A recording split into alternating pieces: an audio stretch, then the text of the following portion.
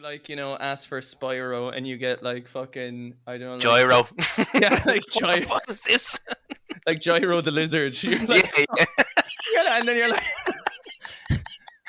thanks, mom, that was Player number one.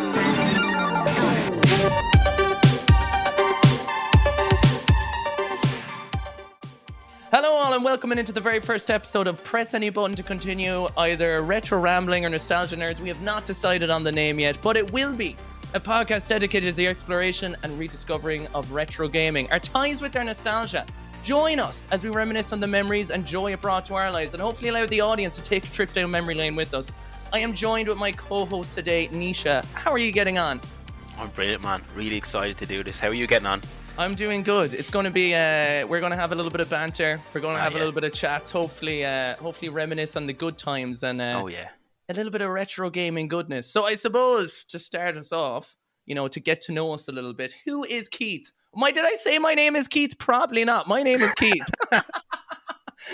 Hello, Keith. Hello, how are we doing? So I suppose to start us off, and just so for the people who are listening to get to know us a bit better, question time for it. I'm kind of interested, when did you start gaming? What got you into it? What is your earliest memories? Well, my first memory of gaming is Duck Hunt and Super Mario Bros. On the NES with my brother, which would have been around, I'm going to say 1990 or 1991. You're showing your age. Yeah, I know, yeah, jeez. So when I was about 4-ish, and that was the first video game I can ever remember playing on the NES, and I can have this strange, I have a very vague picture of my bedroom at the time, and the little CRT TV, and the NES set up, and my brother playing, and watching him, and playing Mario, and never getting the controller off him because I was you were the player 2 with the controller not plugged in. Yes, it was not plugged in. Yes. Duck Hunt had the light gun, right? Yeah, man. Yeah, I have it. Have one upstairs. It's very, very cool. It's an awful shame they don't work on modern TVs though. That's true. Something to do with the light capture and something. But that's the thing about the CRTs as well. They're always so much better for the retro gaming in general. Oh, totally, yeah, because of absolutely. input lag or something. Yeah, absolutely. And so, was it did your brother always get the first console of everything, and then you were the hand-me-down, or how did it work? Or did you take over? I think I can never remember getting, the first console I can remember getting was the N64. The NES was always there, and the Super Nintendo was always there. I can't remember getting them, but I do remember getting the N64, and that was at Christmas time, and we got Diddy Kong Racing, GoldenEye, man, Super Mario 64, and possibly Mario Kart back then, I'm not sure, but I do specifically remember Diddy Kong Racing and Super Mario 64. And that Christmas, I think I can remember that Christmas so well because of the N64 coming into the house and me and Aiden playing it. And then eventually he kind of, I don't know, he grew up a little bit. He's 3 years older than me, so he just was less into it. And I where you never grew up, you were just from... No, never. I'm still playing it, yeah, for sure. But what about you, man? What was your first console?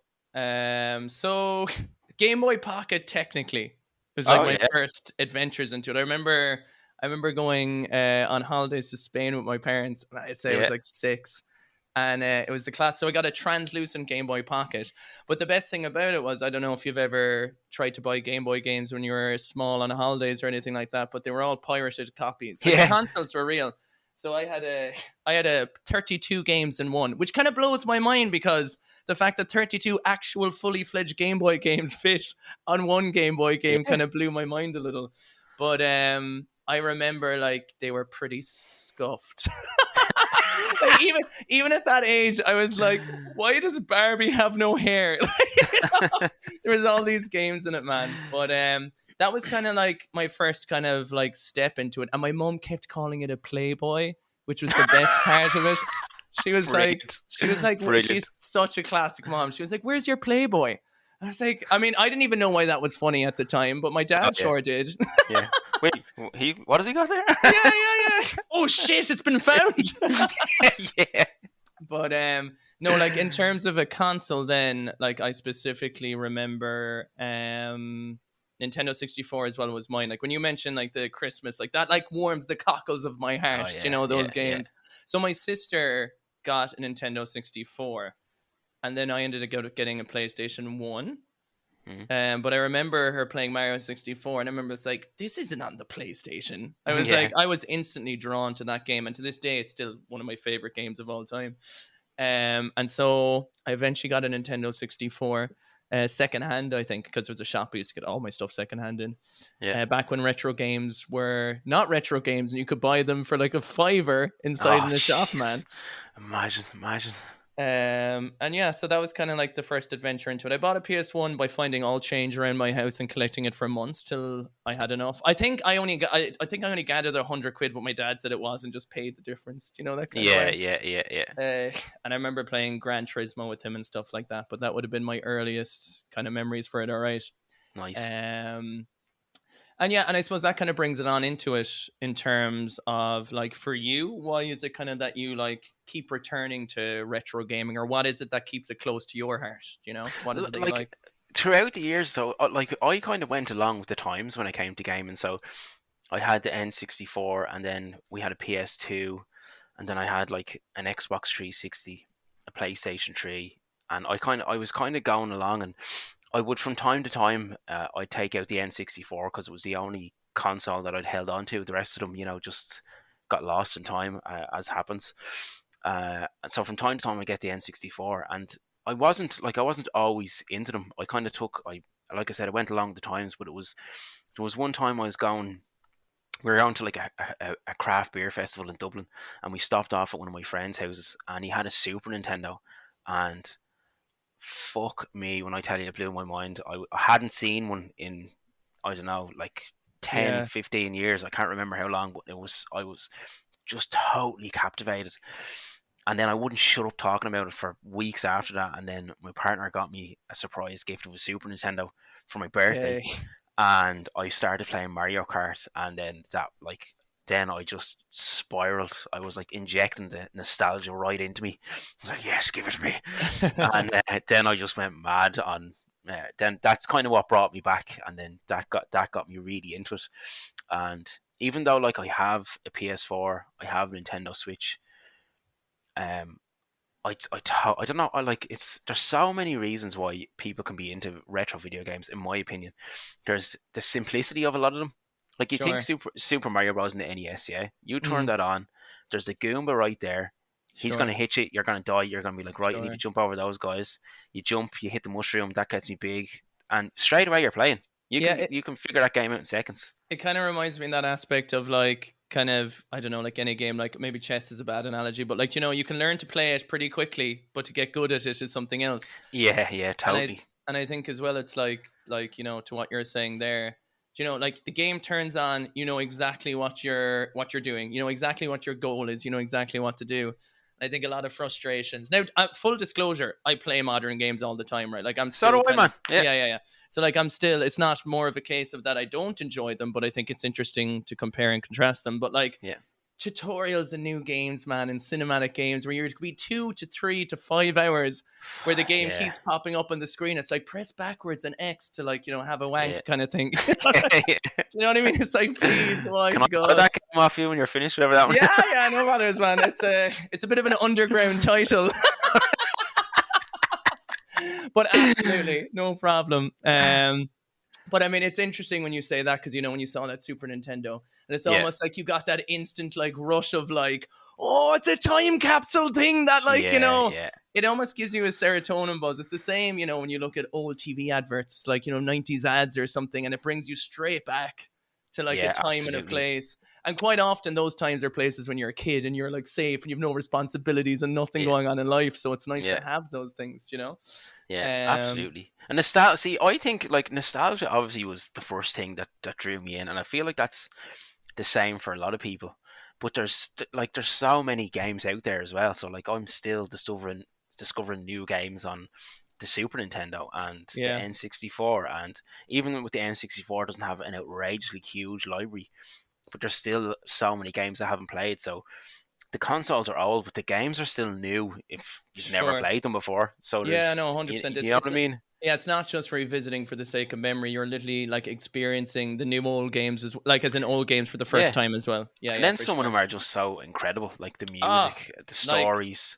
Final Fantasy 3 and the SNES. I don't know if you played but that. I But haven't. it But was doesn't it blow 6. your mind sometimes when you're like, they could do this then? They were Yeah, like, because yes. the way people think of games now, like far more as art as they ever did, because of how cinematic they get. But sometimes you go back to an old game and I'm like, these mechanics are in no new games. Like this type of discovery, exploration, or storytelling Yeah, can still be lost on absolutely. it.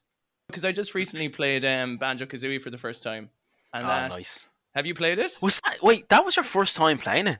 That was my first time playing it when I was playing it Oh on stream. man. Oh my god. And what did It's you think? What did you I think? fucking loved it. Like, as in, there's something about what we don't have anymore that frustrates me is Right. platformer collectathons, like collectathons, platformers, and collection games. Like they don't Yeah. exist anymore. Like you'll have a Mario one, but like you don't have like that Banjo Kazooie s type game anymore. Do you know? Yeah, no, I totally Um, get you. but I loved it because, like, Jesus, or the buzz you get from like 100%ing that level, and I like how Oh kind yeah. of it was sandbox, but it was linear. So like you went into one place, you had this big open play field to collect all your stuff, do Hmm. all the little puzzles, and then when you have that 100%, you move on to like the next one. There was that sense of completion that when I was doing it, I really enjoyed it. I couldn't spoilers for Banjo Kazooie just in case, but I couldn't believe that like it blew me away. Like the different environments, the ambience of them, what you can do with such little graphics. I think Yeah. sometimes gets lost in newer games too, where they can look amazing, but they feel like an asset game, where it's just like you've seen that same type of style in every thing you've played before. But there was a quiz at the end of that game, man, about all the things you did in the game that you have to remember. And I was Was like, there? Jeez, I don't remember that. there was a whole, man, I was stuck on it for ages. There's a whole board you go through, like a board game as Banjo Kazooie. The whole thing flips Yeah. it on its head. And it says, like, when you were in this world, how many jiggies were here? And you had to answer it. Or what did this character tell you back then? And that's the only way you had to be paying Shit, attention yeah. throughout the game. Yeah. And then, of course, I had a huge crush on sexy Gruntilda. Oh, jeez, don't get me started, man. Man, was that the game you were talking about earlier? Backwards an A for a diddle fiddle. Yeah, no. Yeah. Oh, yeah, man. She's hot as hell. But yeah, what a game. Yeah, no, for sure. Here's something right now. I loved Banjo Kazooie. I started playing it after I watched you playing it. I started playing it again on the N64. Now I haven't completed it. I'm only a couple of hours in, but I vaguely remember when I was in school playing this, and there was a key. There was a key behind a piece of like an ice wall. Do you remember seeing that? Sure. And you can't get it. Yeah, It's not. You can't get it in the game. You can't get it until Banjo Tooie. Yes. Okay. Is that real or that is fucking real, which is insane because what you need to do is there's something about you put in the cartridge for Banjo Kazooie, right. and then you take it out and you put in the other cartridge. Serious? And it acknowledges. Yeah, there's okay. You're only unlocking a memory because so Mary Majora, who's a streamer, she's obsessed with Banjo Kazooie. So I never did this myself, but she was telling me about it. So there's definitely something there to it. Like that is incredible. Yeah, and something about you have to go back to the old game, do something, and then go back to the new game, which is like nuts. that type of immersion. Like, can you imagine that? Because like that's magic. It totally is. Like, I mean? But also like back then when you've no internet and you're like, how do I get this fucking oh my God, key? yeah. And you like people could have spent hundreds of hours looking for this. Yeah, like wasting your life. Like there's got to be a way to glitch into this ice box. Yeah, it's crazy. Oh, it's so cool. Funny side story about that. How imaginative my brain was as a child. So me and my friend Richard, we like would have spent every weekend at each other's house, would play all these games, and we had Formula 1 on the N64. And time trials and racing games where there's a ghost image of what you had. We didn't understand what that was at all, and we were fully convinced that there was a demon inside our cartridge copying everything we were doing. So we were like freaking the fuck out, being like, and we're like, he's doing the same thing we did, like absolutely shitting our pants. Like, oh, God help us. And I'd say in my head, I think we're 7. We were probably 14. Yeah. Brilliant. Oh, man, that's so funny. I think as well, like, yeah, coming back to, like, you said, like, you can play, like, retro games for the nostalgia, because I do think it's like, Do you know if you go back to a game you love? Yeah. Do you know if you're replaying it? There is that sense, particularly if it's from your childhood. There is Mm. that very much so sense, like, you know, there's no anxiety playing it. You know exactly Yeah. how to Yeah. play Yeah. it. You know what you're doing. It's like, you know, it's like seeing an old friend again. You know, it's just Yeah. you It take is. off Yeah. where you left off. It's total comfort. Like. Yeah, it's like when people watch Friends over and over again. Yeah. Yeah. Do you know Yeah. what I mean? True. It's like they know what they're getting into. There's going to be no surprises. Yeah. It's nice and easy.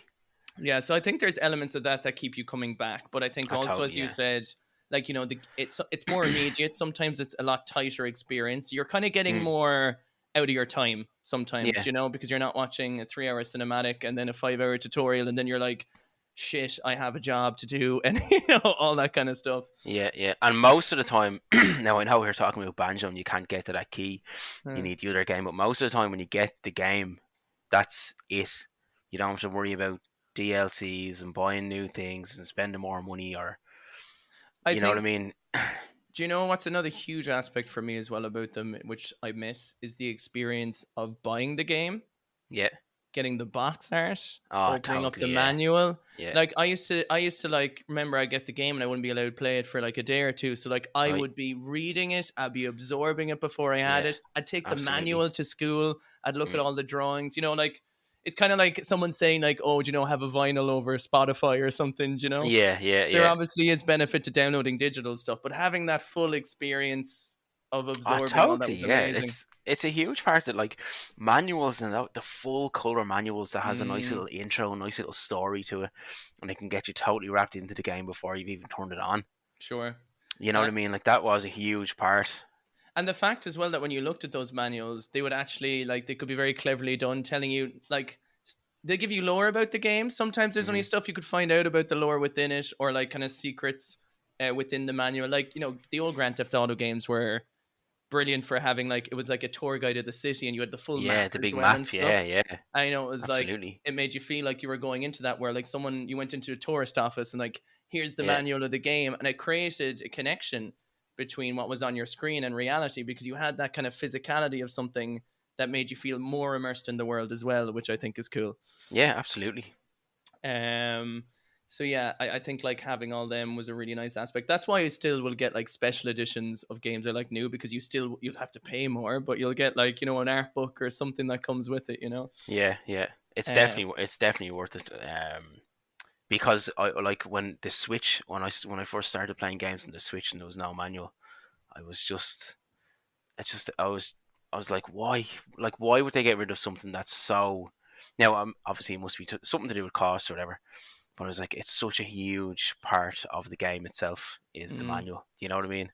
Yeah, it's a part of the experience. Experience, you know? yeah, Yeah. It's not absolutely. just playing the game; it's kind of getting it. It's the excitement of going home, you know, and Yeah, kind of yeah, opening it up.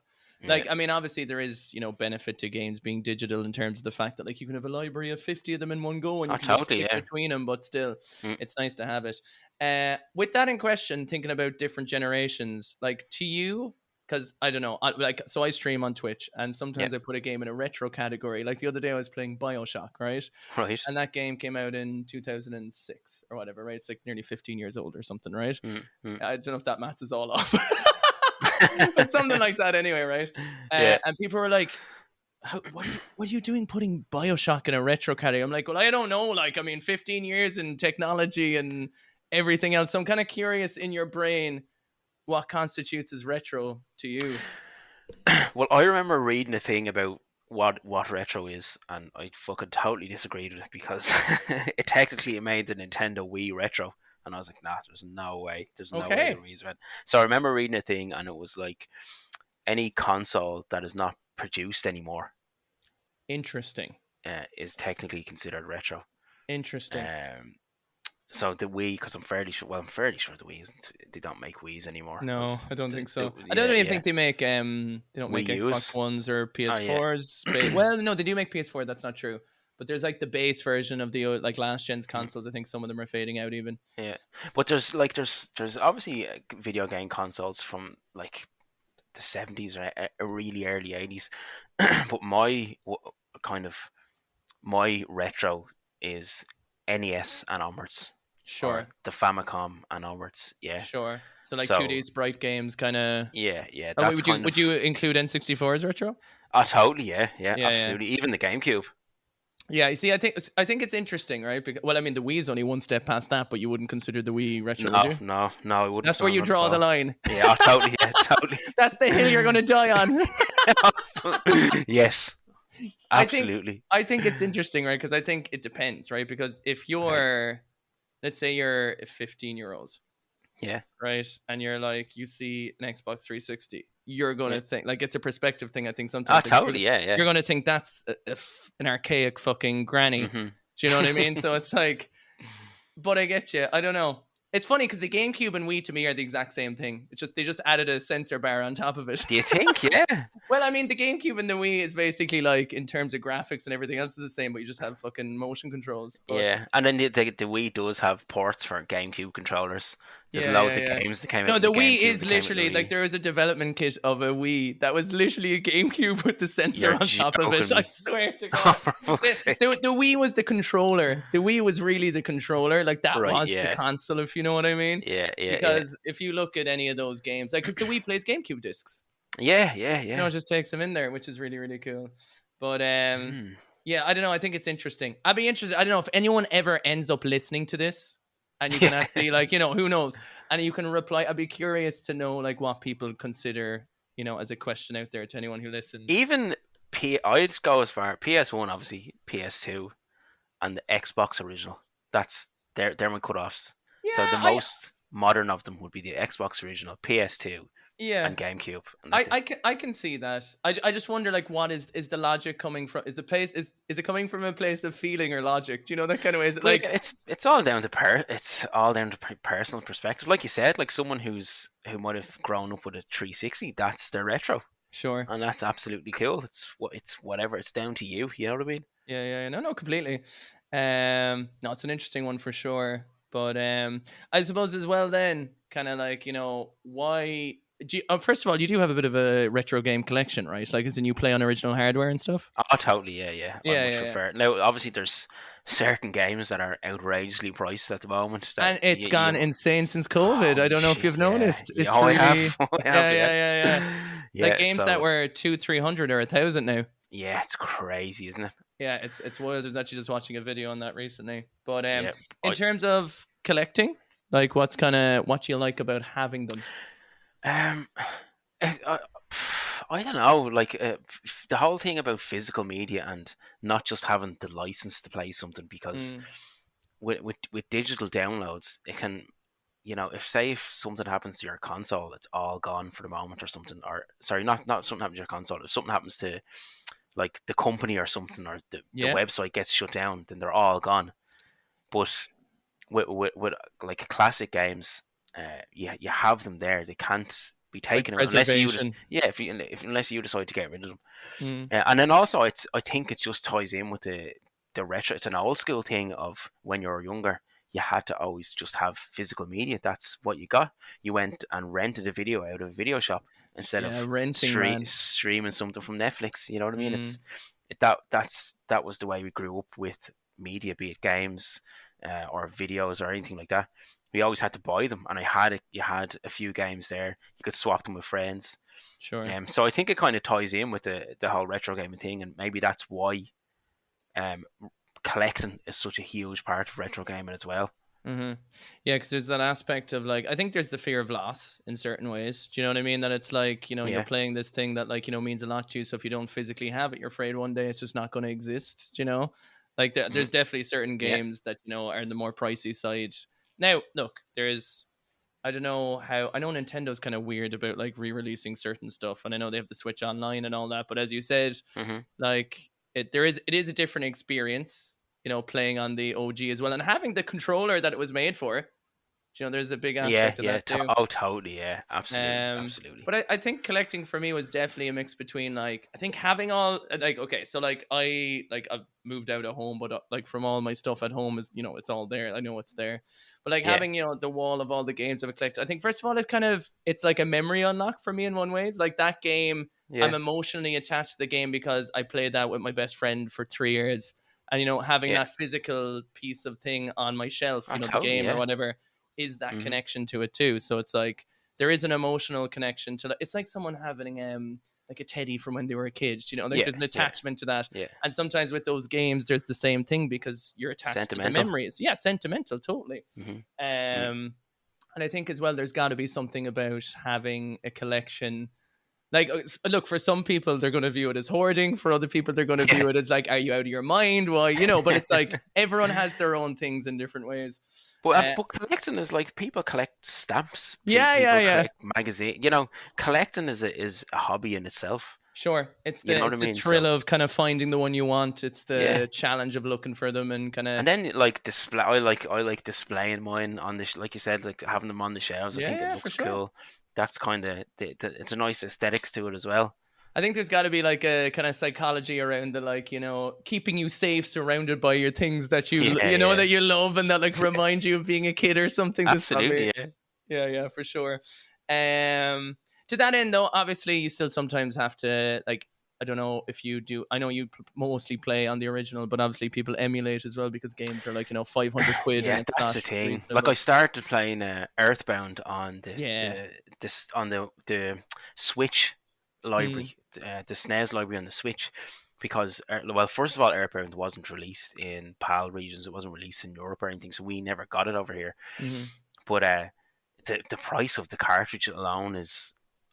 Like at minimum, I'm gonna say €350 for the one card for the cartridge for the game, and like my worry, like what I've done in the past is like now I don't buy very expensive games. It's not something I've never really done. I have a couple of ones like maybe around 100 quid, but that's the max. I don't go mad. Sure. But like what I've done is I played games on when the SNES Mini came out. I played Secret of Mana on this or on the SNES Classic, and I totally fell in love with the game. Absolutely adored it. Played through it. Thought it was so cool that I was like, now I have to have a physical copy of this game because I love it so much. Sure. It's now one of my favorite Super Nintendo games. I have to have it. Yeah. And now I got stupidly lucky that I got a copy of it for around a box copy, for around 50, 60 quid, I'm gonna say. But I kind of find I'd be afraid to spend €350 and upwards on a game, and then what if you don't like it? Yeah. What happens if you played it? Or else there's so much like counterfeit games as well going around, you know, because they know the market's so big that like, you know, people are making fakes all over the place as well. Oh, totally, yeah. Like there's an interesting thing. So like you can get a thing for your laptop that I saw a few people using where you can plug your Game Boy games into, and like so you're still using your original games, but it just like goes into a little slot and you're on your laptop, and it'll actually tell you as well if the game's real or not. So it has like a detection. Yeah, so it has a detection on it. I gotta check out the company. I'll get it for the next day. That sounds really cool. Yeah. So you know if you're like buying a fake game, you know you could bring that with you and just slap it in, and we'll tell you if it's the original code or whatever hardware that it works on. I've seen a few things, like I've watched like loads of videos on what to watch out for counterfeit games. Sure. And like some of them is, well, I can spot it as soon as I look at it. You can look at the cartridge and you're just straight away the color's off. Yeah. Especially if it's a Nintendo cart, they have a very specific gray. Sure. And if it's slightly lighter or darker, it stands out so much. And then the label, but then you can open them up, and I think there's a thing on the motherboard of the game.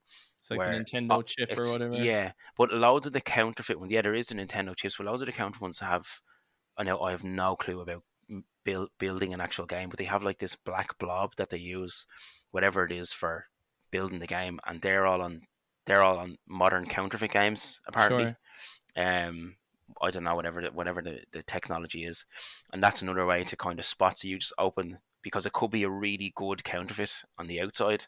But when you open it up and look at the motherboard, there's differences you can spot. So thankfully, there's plenty of videos and stuff out there to teach people. But yeah, like you could potentially spend €500 on a game. And it's funny though, right? Because then I think about that. It's like, well, if you're ignorant to it, you never know. You know what I mean? You'd be sitting there happy on your shelf, you know? Because like you wonder what you're buying. Like obviously, look, it's important. I know it's important that it's authentic, and I get that. But sometimes you're buying the happiness of thinking you have something you want. You know? You're like, no, I have. You believe all those 30 games on your shelf are all real. You know, who's that to take it away from anyone? Yeah, either? True. Yeah, absolutely. But then some people also like loads of people don't care about authenticity. They just want to play the game, and they'll buy reproduction cards. Like Yeah, that. yeah, yeah, That's yeah. that's Like they're actually, labeled. yeah, they're happy. Like, because I know a lot of people get the boxes. Like, people remake the boxes. I Yeah, think you'll probably like. There's definitely a market for N64 boxes remade. Obviously, look, they're not the original, but I think no. for people who want to display them, because the gray carts just all lined up, people want to have the Yeah. boxes, so they do reprints of the boxes for Yeah. collectors, which is nice.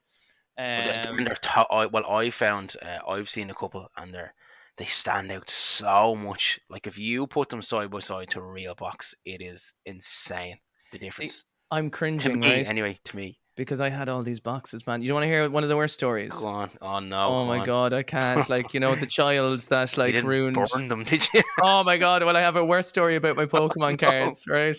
Oh no. So I actually regretted it when I did it as a kid. That's how bad it was. Oh. So like I had all my Pokemon cards. I don't know if any of them were like fucking like, first editions of some of the second saga or whatever they were. So I had them all, and I had, one of those Polly Pocket ring binders. Yeah. So I didn't have the Polly Pockets, right? I just had the ring binder thing. And so I had a puncture. Oh fuck. And I was like, I punctured all my best Pokemon cards to put them in the ring bind. I swear to God, man. That's pretty clever, though. Man, that's pretty clever. Pretty clever. I mean, it was making the best of what you had to put your cards in a ring binder. Fucking it makes me die. Yeah, I can remember cutting up my specifically. Oh fuck, it hurts me. It hurts me to think about it.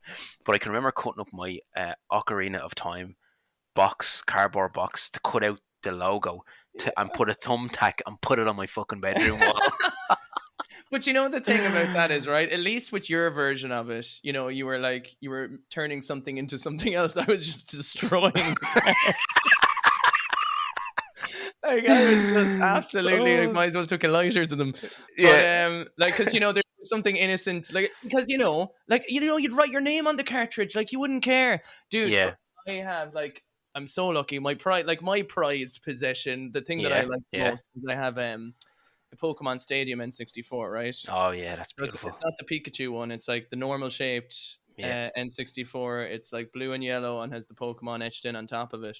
Nice. And it's one of like the rarer ones, so it's like I think they were like Australian imports only or something. But so I remember basically the story of that was I wanted to get and that's probably a good segue into the next topic anyway. But I wanted to get Pokemon Stadium more than anything.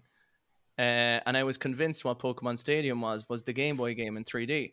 So as I had Nintendo magazines, and when I read them, I fused what Pokemon Snap was and Stadium together in my brain. So I was like, okay, I have, we'll be traveling from place to place. I see the Pokemon, and then I go into the battles. So I was like, I have to have it. And I had the secondhand N64, and I was ringing the shops. I used to have to wait in my dad's office, ring every shop in the morning because they were sold out for so long. This is when 99, 2000, 2001, when Pokemon was the biggest. Everywhere, yeah. I mean, it's still the biggest company going, but this is when Pokemania. Yeah, this is when it was omnipresent in society. Do you know what I mean? Yeah. And so I was ringing, and I rang up Golden Discs, which are still around, surprisingly. Yeah. And I was like, they were like, or my dad probably was, and he was like, oh yeah, we've one copy left. And I was like, fucking yes! Oh my God! So we ran out there, fucking drove about 200 kilometers an hour down up Patrick Street or whatever, and went in there, went upstairs, and they were like, here it is, but it was the fucking boxed N64 edition with the game, the VHS, and the paperback, and I was like, oh no. I was like, we have to buy it. I was like, look, there's no turning back now. Yeah. And did was that when you got it? No, right. So what happened was he was like, oh geez, I don't know about that. Do you know what I mean? Number one, you don't want to spoil the shit out of you. And number two, it's your mom will probably kill me. But he was like, look, what we'll do is we're like, will you hold on to it? So we asked your mom, will you hold on to it? We're like, yeah, what we're going to do is we're going to run home. We're going to grab your N64. We'll sell that. And then at least we can go in, with a bit of things. So that's the one I got. That's the one I had. No way. Yeah. So I had the VHS. So cool. Yeah. So that's the one I have. And, what's the VHS? What video did you get with it? There was some Pokemon episodes on VHS with it. Oh, there cool. was the expansion pack for the N64 controller that goes in the end. You can play Pokemon Red and Blue on your TV. Yeah. And also transfer the Pokemon over into Pokemon Stadium. Into Stadium, yeah. However, The reality of when I got it was I was like, you know, when you buy a game as a kid and you're internally crying because it's not what you thought it was going to be. Yes. So there I was after making my dad buy a whole new N64 box pack. And I was like, okay, so this is the battling, but where is running from town to town? Yeah. And then once I realized it wasn't there, you know, that like heart sink feeling. It's like, no. oh no, I used my yearly allowance. Yeah. Oh man. Yeah, I've had a few of those situations. It is heartbreaking. Absolutely heartbreaking. Oh man. Or like when you like, you know, ask for Spyro and you get like fucking, I don't know, like, Gyro. Yeah, like Gyro. What is this? Like Gyro the lizard. You're like, yeah. And then you're like, thanks, Mom. That was awesome. Like tears streaming down your face. Oh my god! I like my friend Richard I mentioned earlier. He was like I still talk to him. Like he's in Australia now. But like we used to, I remember like just like laughing, crying one day because like the poor man, like he was like told his mom, it's like, I want this GameCube game and this game. Yeah. And she came home, like there's 2 games on the list. She's like, I went into the shop and the man told me you'd probably like these ones instead. And he got like, it was Simpsons like taxi game. And it was like Spyro 5, which was like, you know, trash. And like I remember he was there when he got him and he was just like, and I knew the games he asked for. And he was just like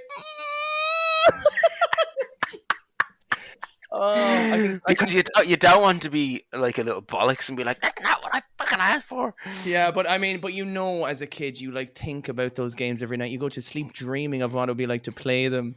And then you're like, you know, oh, I mean, look, you know, fucking hell. It's better. Well, let me tell you the story about how I got Pokemon for the first time.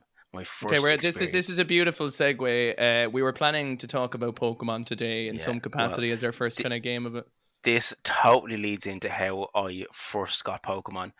So I can remember flicking through a magazine and I saw a Pokemon Game Boy, and it wasn't an actual Game Boy, but it was like a little handheld device with Pikachu on it. You know, like one of those kind of, it has one little game built in or 2 little games built in. It's something that you get in Smiths, like something that was like, yeah. So I can remember seeing that, and my grandmother was working in America at the time, and she was like, do you want me to bring you back anything from America? And I was like, yeah, Pokemon Game Boy. I want a Pokemon Game Boy. Please get me a Pokemon Game Boy. And she was like, well, I don't have a fucking clue what that is, but I'll try my best. Yeah. So anyway, she went off and she was away for weeks and weeks. And when she came back, I had heard the rumor from my mom that she had picked me up a Pokemon Game Boy. And oh man, I was freaking out. So we went down. Are we talking now, by the way, in your head, just to paint a picture, you're talking about a Game Boy Color that was a Pokemon designed Game Boy Color, was it? That's what you thought in your head you were wanting? Yeah, that's what I was wanting. It was a Pokemon Game Boy. Now, but I thought it just had like a couple of games built in. You know, not an actual Game Boy, but it was like a couple of games built in, and it had Pikachu in the front. That was the main thing. Pikachu in the front. Fucking Pikachu's class. Blah, blah, blah. So it's pretty cool. And so we went down, and she pulled out this game, and I'm like, what the fuck? I can even see it now. For those who don't know, we are video chatting as well, and I can see the recreation of what looks like PTSD on Anisha's face right now. I'm shaking. But it was Pokemon Blue. She got me Pokemon Blue, and I was like, I don't even have a fucking Game Boy. Where the fuck did it? No, I didn't say that. I wanted to say that. I was thinking that. But I was like, you know, like that thing where you get the wrong game. I was like, oh, thanks very much. Yeah, I really appreciate it. I can put this in my ass. That's going to be great. I can remember like sitting there, and to be fair, the talking about manuals, the fucking manual you get with Pokemon Red and Blue, the trainer's guide, player's guide, or trainer's guide is incredible. It's a proper introduction again to that link between you playing the game and you feeling like a Pokemon trainer in real life. Totally. You know? And the artwork, it's Ken Sugimori, you think? I love that artwork. It is amazing. I'm so sad that, like, you know, the way they were very like they were almost like the way the coloring was done was this very kind of pale pastel-y kind of design with this, and I love the designs of them. Oh, totally, yeah. So I was looking through the manual, and I can remember I was sitting on the couch looking through the manual, and I was actually watching the episode where the Tentacle and Tentacruel attacked the city. Yeah, I remember. I was sitting there and I was looking at the manual, and they came in. My mum, my granny came in and were like, "Why aren't you playing the game?" I was like, "Oh, I don't have a Game Boy." And they were like, "What? Why did you ask me to get the game?" And I was like, "Oh, and I didn't want to say like, I thought you'd get me the console. That's not what I asked for." And I was like, "Oh, I thought I might have had one." And she was like, "Well, I think your Uncle Kieran has one upstairs." And oh my god, I fucking nearly jumped straight up through the ceiling.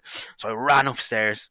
Got he had like an original the one Game with the Boy. 19 batteries in the back. Yeah. Sure enough, there was no fucking batteries in the house. Oh my god, yeah. And you need a nuclear power plant to stop. that for 5 So minutes. they were like, here's a bit of money, Floyd. Run down in the shop, and Jesus, I'd say there must have been fire coming off my heels because I tore down to that shop. Oh my god, and I love it, man. Basically, I got home that day and I fired up Pokemon Blue, and it is still one of my favorite games of all time. The nostalgia around that game is insane.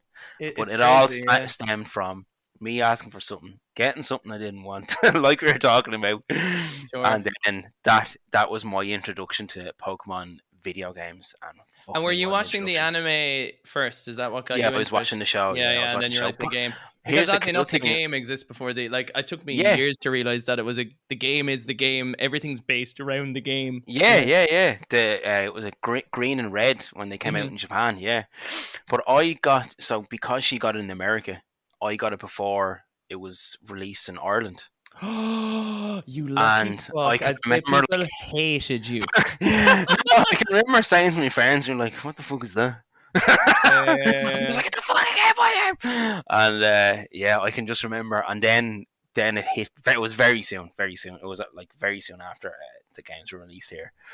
But that was my introduction to Pokemon Game Boy or Pokemon video games. And I have another story, but I'll save it for another podcast about, you're talking about Pokemon Stadium. Another story about America and Pokemon Stadium and being terribly disappointed by my own stupidity. Okay. But I'll leave that one hanging, and I'll tell you. You want to leave some juicy content for another day. Yeah. What about you? So was Pokemon Stadium your first? No. Or no. What was your introduction? It was my communion. So basically, I was in school. There was one or two lads who had the game. Yeah. I was kind of into the show, and I was like, "What the fuck?" Do you know what I mean? It's like I need, like, you know, we all sound extremely like hilarious. It's like, "You didn't give me my game. I'm a spoiled brat." But so I was like, it was my communion, and so you know, you get communion money. So it's like, I don't know if anyone doesn't know what that is. It's like when you're 7 in Catholic Ireland, something happens. Something happens in the church to you, and you get some money for it. So anyway, I said I must use that money to good use. I actually can't even remember. Anyway, moving on. So I remember being taken down to Smith's, which was our local toy store, and sitting like I have these memories so tight. Like I almost know what the box feels like. Do you know what I mean? Yeah, being in that shop and seeing the boxes in the plastic on the shelf and being like, "Oh, it's so cool." I've always had an affinity for, like, you know, anything that came like in a good packaging anyway. But so red and blue, and I was like, what the fuck do I pick? You know what I mean? I was there. My dad was like, we have to go. I was saying a good 15 minutes, like, but how can I pick? This would have been classic Keith making him buy a new N64, like both of them. But that didn't happen. I ended up picking blue. Right. And so that was grand. And then, I don't know, because it was still my communion, like, he took me away from, like, you know, meeting different family to go and buy the game halfway through the days. Yeah, cool, fair play. And then we went back and, oh my God, let me think now. It was like my mum's at the time's best friend daughter was like, oh my God, that's so cool. And I had to be busy going places. Like, can I play the game? And I was like, no, like, you know, I want to experience this. But anyway, I gave it to her. It was fine. Because, you know, your parents were like, Ash, leave her play it, sure. What does it matter to you? And then I got the game back, and sure, didn't I not know how to make a new save file or get rid of it?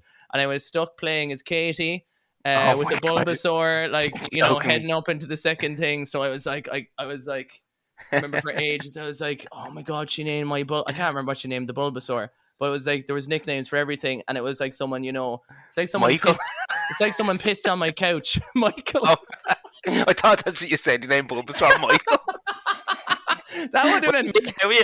that would have been an earnest name. In fairness, Michael would have been great. But no, I wish it was Michael. But no. So then, like, I remember because I was obsessed. Like, I'm talking, like, I like would go into my garden with my little Pokeball toys I had. I would make up scenarios. I was playing the game. So yeah, I think it was in second class. So that was like 6, 7. Communion time anyway when I had it. And then I remember like kind of being that blown away moment where you're like, wait, this is a whole world. It still kind of blows my mind that game has all those Pokemon, all the battling. And I know you're going from tile to tile technically, but like the sense of adventure from going to island, then getting to Cinnabar Island, like going across the water, getting to the Elite Four, raising all your Pokemon on a game that must be what, like fucking half a megabyte or something, insane. Yeah, it was like it seemed like it was never ending. Yeah. And I always had the hope that somehow you could actually catch all 151 Pokemon on one game. I was like, surely there's a secret way you can do this. There has to be. Yeah, or missing the glitch for that. The glitch, yeah. That again with the hilarious story with Richard. We were like, I was like, do it on your game. I was like, yeah, check it out in your game. No, it'll be funnier on your game. Like whatever. Fully well knowing what I was doing. And it destroyed his game. So like what happened was like his Venusaur that he had was a Rattata from the back sprite, but it still had all the moves, because I think there's a way you could safely do it to have like unlimited rare candy or master balls. You could multiply them by 99 in it, I think. All right. Yeah. So, are you familiar with the missing known thing? Yeah. It's like fuzzy something. It looks like fuzzy so white noise on the TV. To Cinnabar Island, you go surfing by the side of the gym, and you just go up and down for ages, and eventually it would pop up. Yeah. I think if you caught it, that's how it would screw up your game. But I think if you just left it, it was fine. Yeah. So yeah, that screwed up his game. You evil genius. Just steal from yours. Be glad. Well, but then again, this was like going back to the time where we thought demons were in our game. So like, the thing was, it's like, nah, boy, Richard, the demon got into your cartridge, man. I'm sorry, man. I couldn't, nothing could have been done. The satanic ritual has been confirmed. I remember Pokemon Yellow then like following the anime better and had nicer sprites, which was cool. Yeah, no, that was I thought that was a really cool adaptation. Putting Pikachu in there, having the Team Rocket from the show in there, Jesse James and Meowth, and stuff like that. Like Pokemon Yellow was, Pokemon. I was Pokemon Blue like you. But then Pokemon Yellow, I absolutely love it as well because it's in line with the show a little bit more, and it's the only boxed video game I have from my childhood. Nice. It's the only one in the box that has survived. Have Red and Blue in box, so don't you? But you get them later. I bought them. I got them off eBay, I think it was. So I got them. And talking about prices, I got them for like, I got 2 of them totally complete in box with the manuals and stuff for like I'm gonna say €70. So €70. How long ago was that? Like 10, 15 years ago? About maybe 6 years ago. Okay. Probably easy. So you better put that into the old con machine there and make sure. Yeah. They're like over like the con machine. Yeah. It's like this comes in like there's a picture. It's just I look at the cartridge and Charizard has derpy eyes on it or something. Oh God! But yeah, I just want to clarify for this podcast. I swear to God, I hope it's recording my audio because I still haven't seen any audio lines on it. I'll cry. I can still see them. So it looks like I have a heart rate monitor attached to me inside an hospital. Yes, okay, praise the Lord. Look, you might have to download my file. So right, that's grand. Now I have here's the deal. I have an opinion that I'm going to put out there. And it's a very strong opinion, okay? I think Pokemon Gold and Silver are the best sequels in any video game ever made. Right? Yes. And there's a couple of requirements of why I'm saying... I'm not saying it's the best game ever made, but you know what? It does better. Now, obviously, the first 2, Red, Blue, Yellow, they're like the nostalgia ones. I probably have played them more and have gone back to them more. Yeah. But, like, my lord. Yeah. Like... Gold and silver, and I bloody well got gold in Spain, didn't I? Or silver in Spain, and sure, my Pokemon kept switching gender, and I couldn't understand any of the language in it. Like it was all over the place. Yeah. But like I don't know, man. Those games where they time it's night and day in it, like with you and IRL. Yeah. No, I've only played Crystal. Okay, well, Crystal is like the yellow ultimate version of them. Yeah. Yeah. And I actually only played that for the first time about a year ago. I think I remember stories on that. Yeah. I never went past Gen 1 with Pokemon. You see, I stopped. yeah, like at the time, see, I was still watching the show. I was the kid that like still liked Pokemon after everyone stopped liking Pokemon. Do you know what I mean? I can remember being in secondary school and people were like, the lads were like slagging someone over liking Pokemon, and I was sitting there like Pokemon cards in my bag going. Yeah, you were like, well, I'm not going to be taking them out, and you will take the hit, little Jimmy. Thank you for this learning lesson. But yeah, I don't know. Like, I'm saying that in terms of, it's not necessarily that I prefer them personally, but in terms of like adding to the work, they had all of Kanto in that. Does that not blow your mind? You finish the game, and the whole first game you go through again. That is insane. And like meeting Red. Yes. Like, and he's hard how as iconic to beat as well. How iconic is like, that's the type of what's the word I'm looking for? Continuity. Continuity.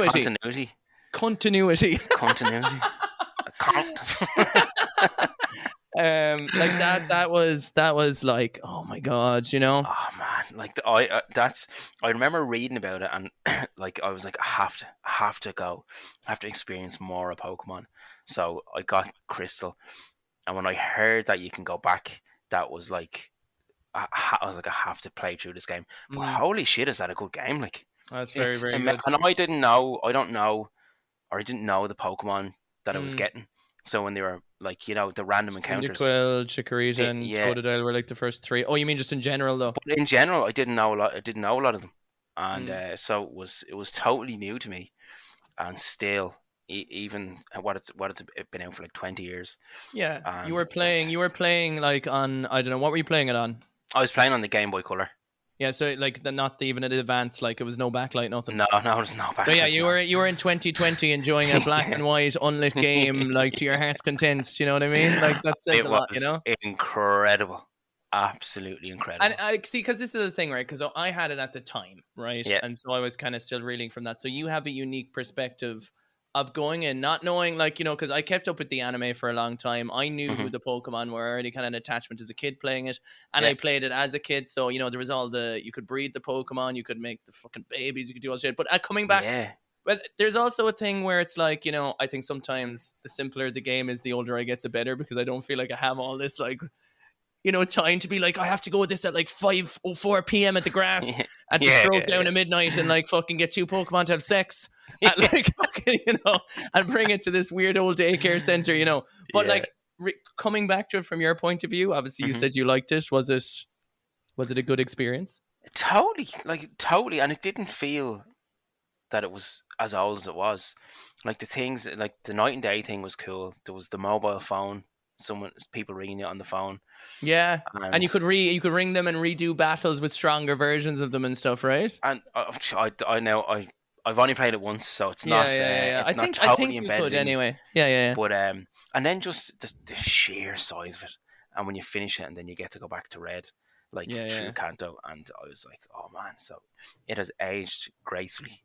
Yeah, there was also the re-releases on the DS. I think it was like Soul Silver and thing, which are like little 3D versions of them, which are nice. Oh, nice. Yeah. See, this is then, right? So this is when I started to like fall off a bit, right? So yeah, I had the Game Boy Advance, and then I went on to, there was Pokemon Ruby and Sapphire, and I remember having the fatigue of the game set in a little bit, that it wasn't like doing as much for me. I wasn't kind of vibing with the story or whatever it was happening with. Like, I liked it and I wanted to like it, but I feel like it was kind of, I don't know, because I think there was Fire Red and Leaf Green were released on the Game Boy Advance as well, which were like the remakes of Red and Blue for it. So I just replayed them. Okay. And then I think it was fucking Ruby and Sapphire, and then it becomes a bit of a muddled mess for me. It's like Pokemon like XY Sword Shields, Black White, you know, Black White 2, and like I don't know where they all kind of fit in.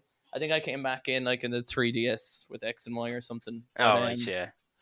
But yeah, I don't know where I was going with that.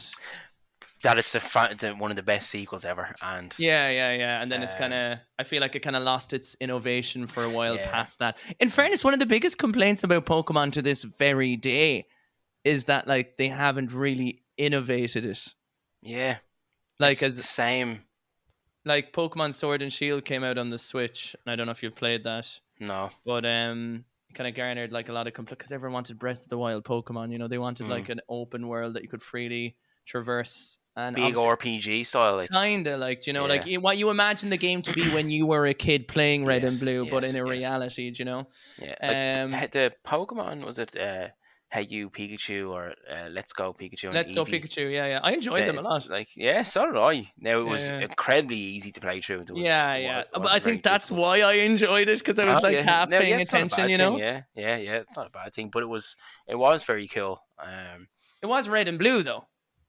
Just done in 3D, and you control the Pokeball different thing. Tweaks, you didn't have to battle Pokemon. I don't think to capture them. You just fucking threw a ball. Yeah, like the grind of a million Zubats inside in the cave was gladfully you could avoid them by physically seeing them. Like stuff like that was cool. You know, it was. Yeah, it was a cool. But isn't there one? Wasn't there one? Yeah, that's Arceus or Arceus Legends. I'm not sure now. I believe it's a very good game. Now I haven't played it. I don't know much about it, but I think I've heard that it's great. There's a new one coming out. What is it? Violet and Scarlet. Actually, the new names of the new ones, I think. Man, I remember have to play them and report back and see how these old timers find maybe them. They are. Maybe they're fucking great games. I don't know. But I remember seeing a Pokemon that was disappointing.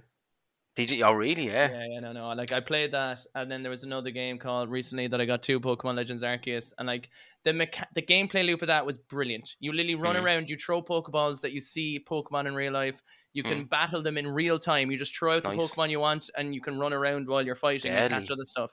So that was 10 out of 10. But it was a big open barren landscape and nothing. There was no like the story was like just text based non-existence. There's no towns. There's no that kind of world, you know. So the gameplay was brilliant. If you could combine that with like, you know, natural world, it would have been fantastic. But yeah.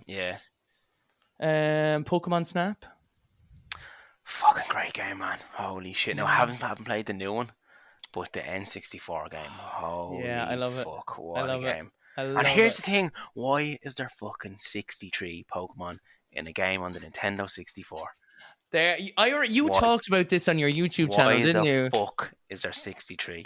That's a conversation to come back to, I think, because that's conspiracy theories in gaming. We should have one of them, you know. Yeah, absolutely. Yeah, absolutely, 100%. All right, I suppose we should probably kind of start wrapping it up in a hot minute. Cool. In terms of kind of like, so would you is Pokemon kind of one of your most nostalgic games? Is it dear to your heart? 100%. Yeah. Pokemon Blue and Yellow, they're the same game for me almost. I hold them at the same.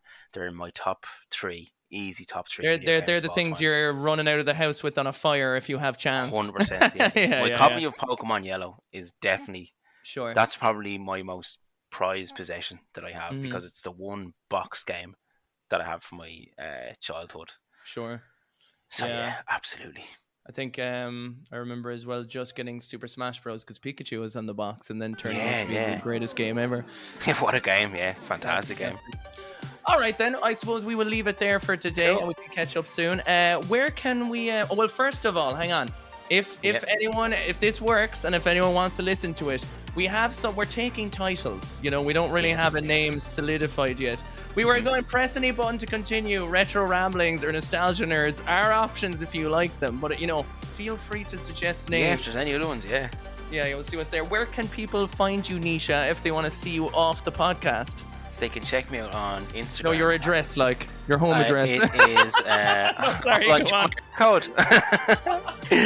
Go on, my bad. You can check me out on Instagram at Retro Gamer Ireland, and that's kind of my main thing. Beautiful. What about you? Oh, Jesus, sorry, thank you. yes. Twitch, Steamy_streamers, or Instagram, or TikTok, or Twitter. It's all Steamy streamers. Yeah.